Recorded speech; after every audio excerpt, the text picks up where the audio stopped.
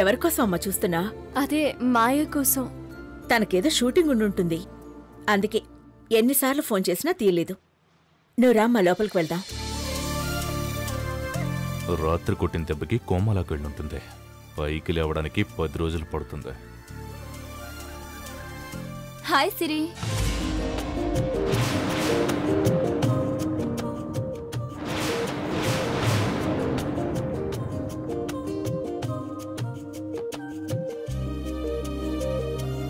చావు దెబ్బ కొట్టిన వచ్చిందంటే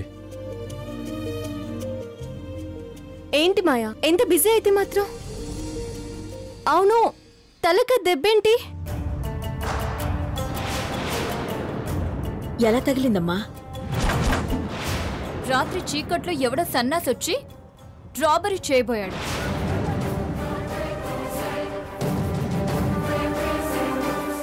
ఎదురు తిరిగితే నెట్టి పారిపోయాడు. దొంగొచ్చాడా? మమ్మల్ని పిలవాల్సింది కదమ్మా.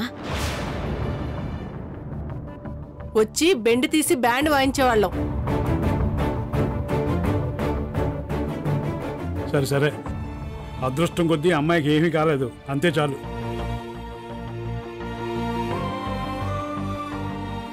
ఆడపిల్లని కొట్టాడంటే వాడంత నీచుడు అర్థం అవుతుంది. నిన్నింత బాధ పెట్టిన వాడికి ఆ దేవుడు తగిన శాస్తి చేస్తాడు.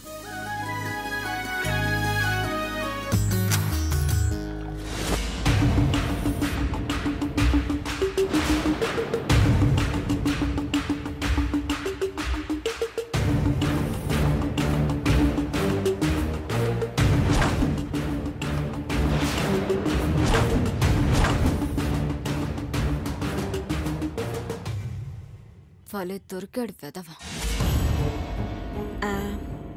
అది కూడా చూపించమ్మా. జాగ్రత్తగా చూసుకో. అన్ని పైకి కనిపించినంత మంచిగా అందంగా ఉండవు, చాలా లోపాలుంటాయి.